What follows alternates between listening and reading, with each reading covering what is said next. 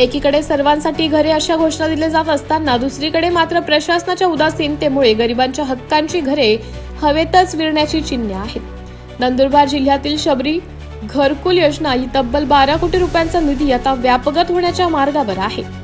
आमदार डॉक्टर विजयकुमार गावित यांच्या प्रयत्नातून नंदुरबार, शहादा आणि नवापूर नगर परिषदेसाठी प्रत्येकी 500 प्रमाणे एकूण 1500 घरकुलांचे उद्दिष्ट देण्यात आले होते। यासाठी 12 कोटी रुपयांचा भरीव निधीची तरतूदही करण्यात आली। मात्र स्थानिक नगरपालिका आणि प्रशासकीय यंत्रणेच्या ढिसाळ कारभारामुळे या योजनेची अंमलबजावणी अद्याप कागदावरच आहे। जिल्हाधिकारी कार्यालयात जागा निश्चितीसाठी 2 बैठका होऊनही काहीच साध्य झालं नाही। परिणामी मार्च 2026 मध्ये अखेर हा निधी खर्च न झाल्यास तो सरकारकडे परत देण्याची भीती प्रकल्प कार्यालयाने व्यक्त केली आहे। धक्कादायक बाब म्हणजे गेल्या पावसाळ्यात ज्या आदिवासी कुटुंबियांची घरे पडली त्यांना सर्व कागदपत्रे देऊनही आता जाचकती आणि अर्जात नसलेल्या कागदपत्रांची मागणी करून त्यांची अडवणूक केली जात आहे। या गंभीर विचारांवर नगरसेवक आनंद माळी यांनी समाजसेवक लक्ष्मण माळी यांनी प्रशासनाला थेट इशारा दिलाय। नगर रचना विभाग, मुख्य अधिकारी आणि प्रकल्प अधिकारी यांनी तात्काळ संयुक्त बैठक घेऊन या योजनेला गती देण्याची मागणी त्यांनी केली आहे।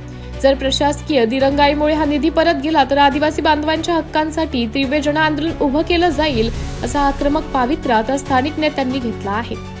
आता प्रश्न असा उठतोय की प्रशासन झोपेतून जागे होणार की गरिबांची घरे केवळ स्वप्नच राहणार। नंदुरबार नगरपालिका हद्दीमधील ज्या काही आदिवासी वस्त्या आहेत त्या वस्त्यांमध्ये जे काही कुडा मातीची घरं आहेत त्या घरं पक्की होण्यासाठी तत्कालिक आदिवासी विकास मंत्री विजयकुमारजी गावित साहेब यांनी 500 घरं मंजूर केलेली आहेत आणि त्याचा तो निधीसुद्धा पी ओ कार्यालयाकडे वर्ग झालेला आहे। परंतु ती घरं किंवा ती अंमलबजावणी प्रशासनाच्या निष्काळजीपणामुळे होऊ शकलेली नाही।